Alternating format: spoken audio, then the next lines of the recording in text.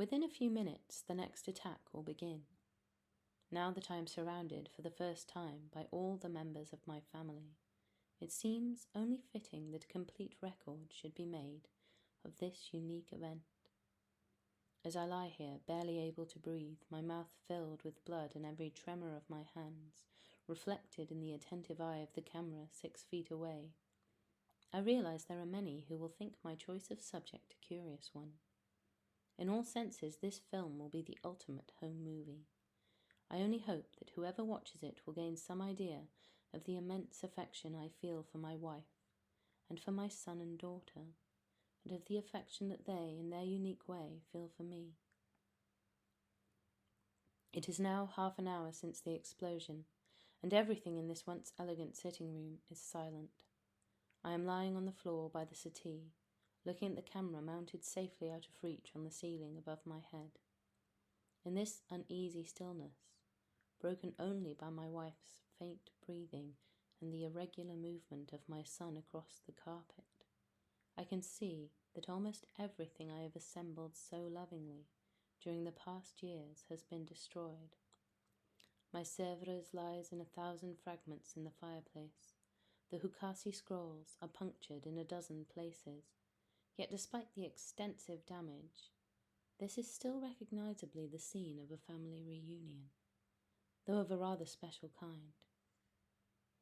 My son David crouches at his mother's feet, chin resting on the torn Persian carpet, his slow movement marked by a series of smeared handprints. Now and then, when he raises his head, I can see that he is still alive. His eyes are watching me, calculating the distance between us and the time it will take him to reach me. His sister, Karen, is a little more than an arm's length away, lying beside the fallen standard lamp between the settee and the fireplace. But he ignores her. Despite my fear, I feel a powerful sense of pride that he should have left his mother and set out on this immense journey toward me. For his own sake, I would rather he lay still and conserved what little strength and time are left to him. But he presses on with all the determination his 7-year-old body can muster. My wife Margaret, who is sitting in the armchair facing me, raises her hand in some kind of confused warning, then lets it fall limp onto the stained damask armrest. Distorted by her smudged lipstick, the brief smile she gives me might seem to the casual spectator of this film to be ironic, or even threatening, but I am merely struck once again by her remarkable beauty. Watching her, and relieved that she will probably never rise from her armchair again, I think of our first meeting 10 years ago, then as now, within the benevolent gaze of the television camera. The unusual, not to say illicit, notion of actually meeting my wife and children in the flesh had occurred to me some 3 months earlier, during one of our extended family breakfasts. Since the earliest days of our marriage, Sunday mornings had always been especially enjoyable. There were the pleasures of breakfast in bed, of talking over the papers, and whatever else had taken place during the week. Switching to our private channel, Margaret and I would make love, celebrating the deep peace of our marriage beds. Later we would call in the children and watch them playing in their nurseries, and perhaps surprise them with the promise of a visit to the park or the circus. All these activities, of course, like our family life itself, were made possible by the television. At that time, neither I nor anyone else had ever dreamed that we might actually meet in person. In fact, age-old, though rarely invoked ordinances still existed to prevent this. To meet another human being was an indictable offence, especially for reasons I then failed to understand. A member of one's own family, presumably part of some ancient system of incest taboos. My own upbringing, my education and medical practice, my courtship of Margaret and our happy marriage all occurred within the generous rectangle of the television screen. Margaret's insemination was of course by AID, and like all children, David and Karen's only contact with their mother was during their brief uterine life. In every sense, needless to say, this brought about an immense increase in the richness of human experience. As a child, I had been brought up in the hospital creche, and thus spared all the psychological dangers of a physically intimate family life, not to mention the hazards, aesthetic and otherwise, of a shared domestic hygiene. But far from being isolated, I was surrounded by companions. On television, I was never alone. In my nursery, I played hours of happy games with my parents, who watched me from the comfort of their homes, feeding onto my screen a host of video games, animated cartoons, wildlife films, and family serials, which together opened the world to me. My 5 years as a medical student passed without my ever needing to see a patient in the flesh. My skills in anatomy and physiology were learned at the computer display terminal. Advanced techniques of diagnosis and surgery eliminated any need for direct contact with organic illness, and the probing camera, with its infrared and X-ray scanners, its computerized diagnostic aids, revealed far more than any unaided human eye. Perhaps I was especially adept at handling these keyboards and retrieval systems. A fingertip sensitivity was the modern equivalent of the classical surgeon's operative skills. But by the age of 30, I had already established a thriving general practice. Freed from the need to visit my surgery in person, my patients would merely dial themselves on to my television screen.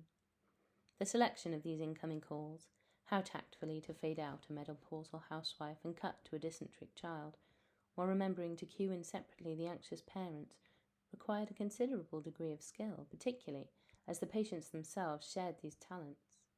The more neurotic patients usually far exceeded them, presenting themselves with the disjointed cutting, aggressive zooms, and split-screen techniques that were far beyond the worst excesses of experimental cinema. My first meeting with Margaret took place when she called me during a busy morning surgery. As I glanced into what was still known nostalgically as the waiting room, the visual display projecting brief filmic profiles of the day's patients, I would customarily have postponed to the next day any patient calling without an appointment. But I was immediately struck, first by her age. She seemed to be in her late 20s, and then by the remarkable pallor of this young woman. Below close-cropped blonde hair, her underlit eyes and slim mouth were set in a face that was almost ashen. I realized that unlike myself and everyone else, she was wearing no makeup for the cameras. This accounted for both her Arctic skin tones and her youthless appearance. On television, thanks to makeup, everyone of whatever age was 22, the cruel divisions of chronology but banished for good. It must have been this absence of makeup that first seeded the idea, to flower with such devastating consequences 10 years later, of actually meeting Margaret in person. Intrigued by her unclassifiable appearance, I shelved my other patients and began our interview. She told me that she was a masseuse, and after a polite preamble came to the point. For some months she had been concerned that a small lump in her left breast might be cancerous. I made some reassuring reply and told her that I would examine her. At this point, without warning, she leaned forward, unbuttoned her shirt, and exposed her breast. Startled, I stared at this huge organ, some 2 feet in diameter, which filled my television screen. An almost Victorian code of visual ethics governed the doctor-patient relationship, as it did all social intercourse. No physician ever saw his patients undressed, and the location of any intimate ailments was always indicated by the patient by means of diagram slides. Even among married couples, the partial exposure of their bodies was a comparative rarity, and the sexual organs usually remained veiled behind the most misty filters, or were coyly alluded to by the exchange of cartoon drawings. Of course, a clandestine pornographic channel operated, and prostitutes of both sexes plied their wares, but even the most expensive of these would never appear live, instead substituting a pre-recorded film strip of themselves in the moment of climax. These admirable conventions eliminated all dangers of personal involvement, and this liberating effectlessness allowed those who so wished to explore the fullest range of sexual possibility, and paved the way for a day when a truly guilt-free sexual perversity and even psychopathology might be enjoyed by all.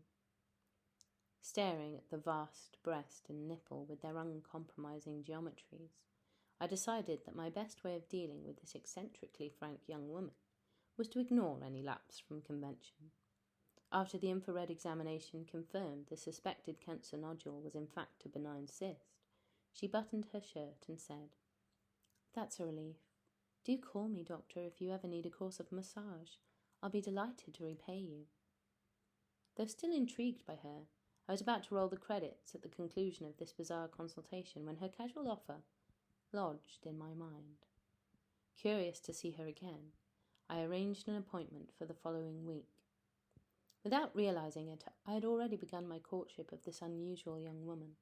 On the evening of my appointment, I half suspected that she was some kind of novice prostitute. However, as I lay discreetly robed on the recreation couch in my sauna, manipulating my body in response to Margaret's instructions, there was not the slightest hint of salaciousness. During the evenings that followed, I never once detected a glimmer of sexual awareness, though at times, as we moved through our exercises together, we revealed far more of our bodies to each other than many married couples. Margaret, I realized, was a sport, one of those rare people with no sense of self-consciousness and little awareness of the prurient emotions she might arouse in others. Our courtship entered a more formal phase. We began to go out together, that is, we shared the same films on television, visited the same theatres and concert halls, watched the same meals prepared in restaurants, all within the comfort of our respective homes. In fact, at this time I had no idea where Margaret lived, whether she was 5 miles away from me or 500. Shyly at first, we exchanged old footage of ourselves, of our childhoods and school days, our favourite foreign resorts. 6 months later, we were married, at a lavish ceremony in the most exclusive of studio chapels.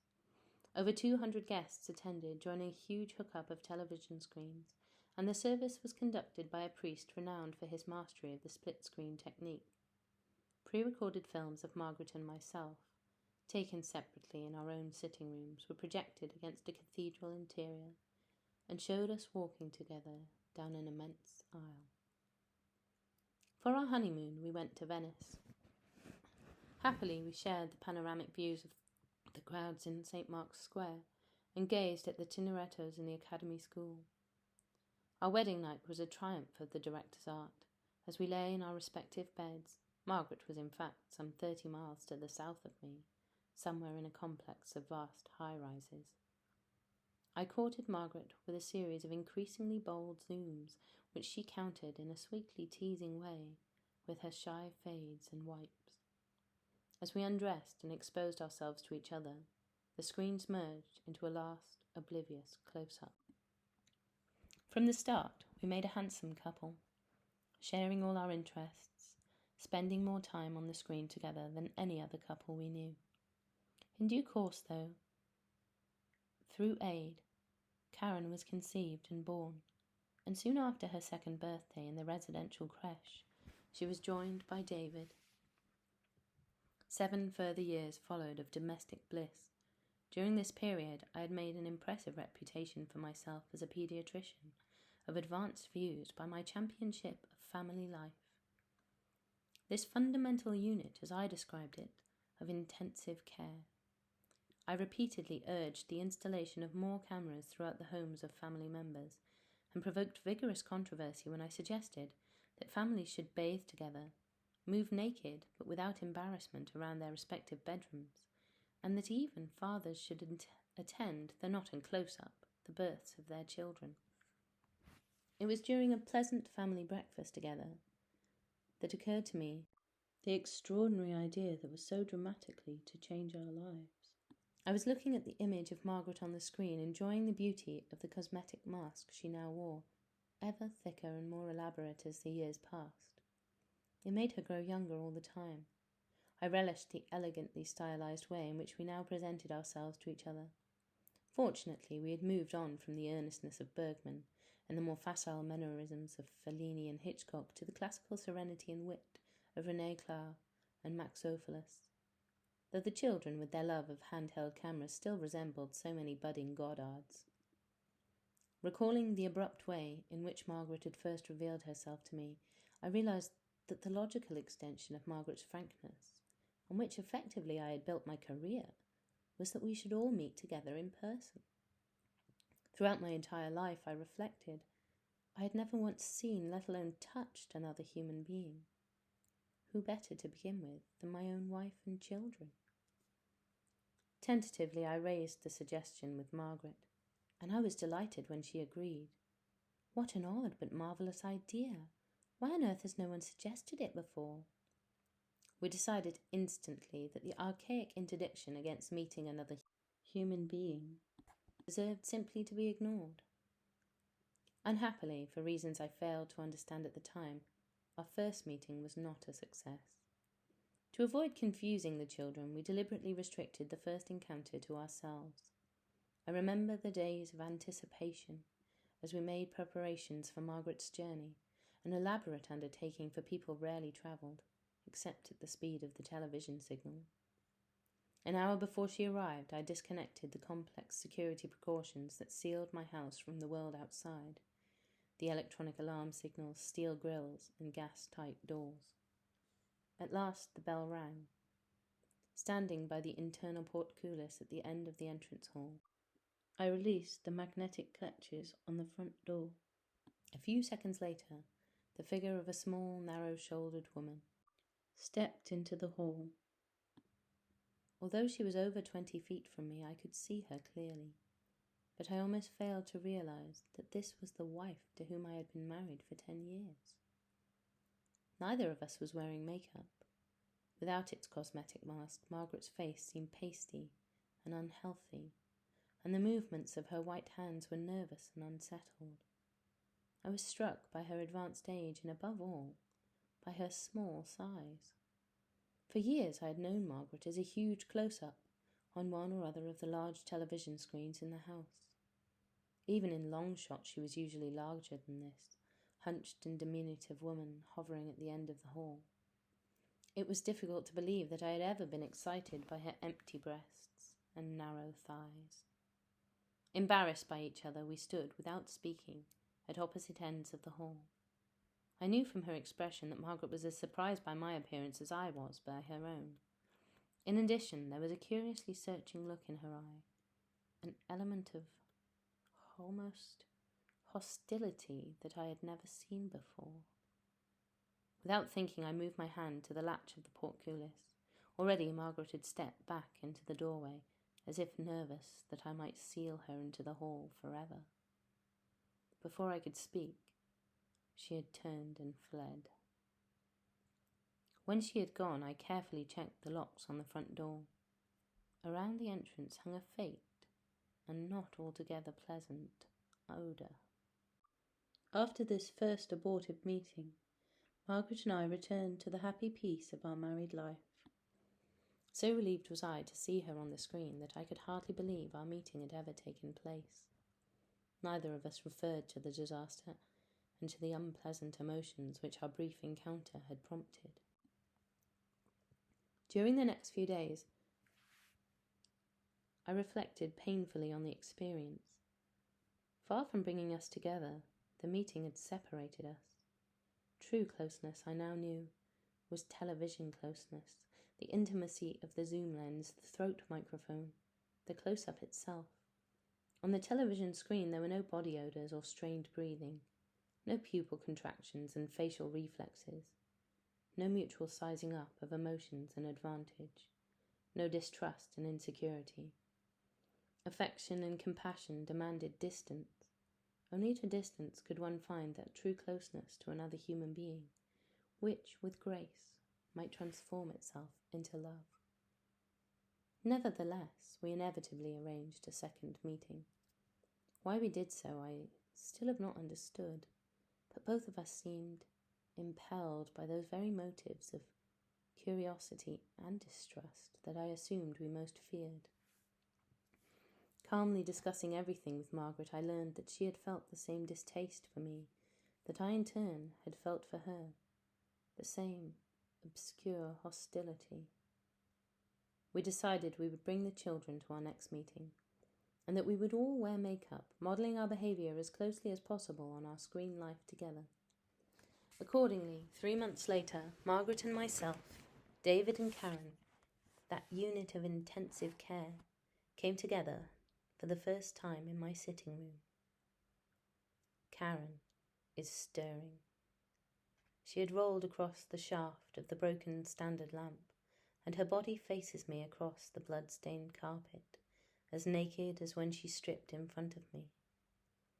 This provocative act, presumably intended to jolt some incestuous fantasy buried in her father's mind, first set off the explosion of violence which has left us bloody and exhausted in the ruins of my sitting room. For all the wounds on her body, the bruises that disfigure her small breasts, she reminds me of Manet's Olympia, perhaps painted a few hours after the visit of some psychotic client. Margaret, too, is watching her daughter. She sits forward, eyeing Karen with a gaze that is both possessive and menacing. Apart from a brief lunge at my testicles, she has ignored me. For some reason, the two women have selected each other as their chief targets, just as David has vented almost all his hostility on me. I had not expected the scissors to be in his hand when I first slapped him. He is only a few feet from me now, ready to mount his last assault. For some reason, he seemed particularly outraged by the display of teddy bears I had mounted so carefully for him, and shreds of these dismembered animals lie everywhere on the floor. Fortunately, I can breathe a little more freely now. I move my head to take in the ceiling camera and my fellow combatants. Together we present a grotesque aspect. The heavy television makeup we all decided to wear has dissolved into a set of bizarre Halloween masks. All the same, we are at last together, and my affection for them overrides these small problems of mutual adjustment. As soon as they arrived, the bruise on my son's head and my wife's bleeding ears betrayed the evidence of some potentially lethal scuffle. I knew that it would be a testing time, but we are making a start, in our small way establishing the possibility of a new kind of family life. Everyone is breathing more strongly. The attack will clearly begin within a minute. I can see the bloody scissors in my son's hand, and I remember the pain as he stabbed me. I brace myself against the settee, ready to kick his face. With my right arm, I am probably strong enough to take on whoever survives the last confrontation between my wife and daughter. Smiling at them affectionately, rage thickening in the blood of my throat, I am only aware of my feelings of unbounded love.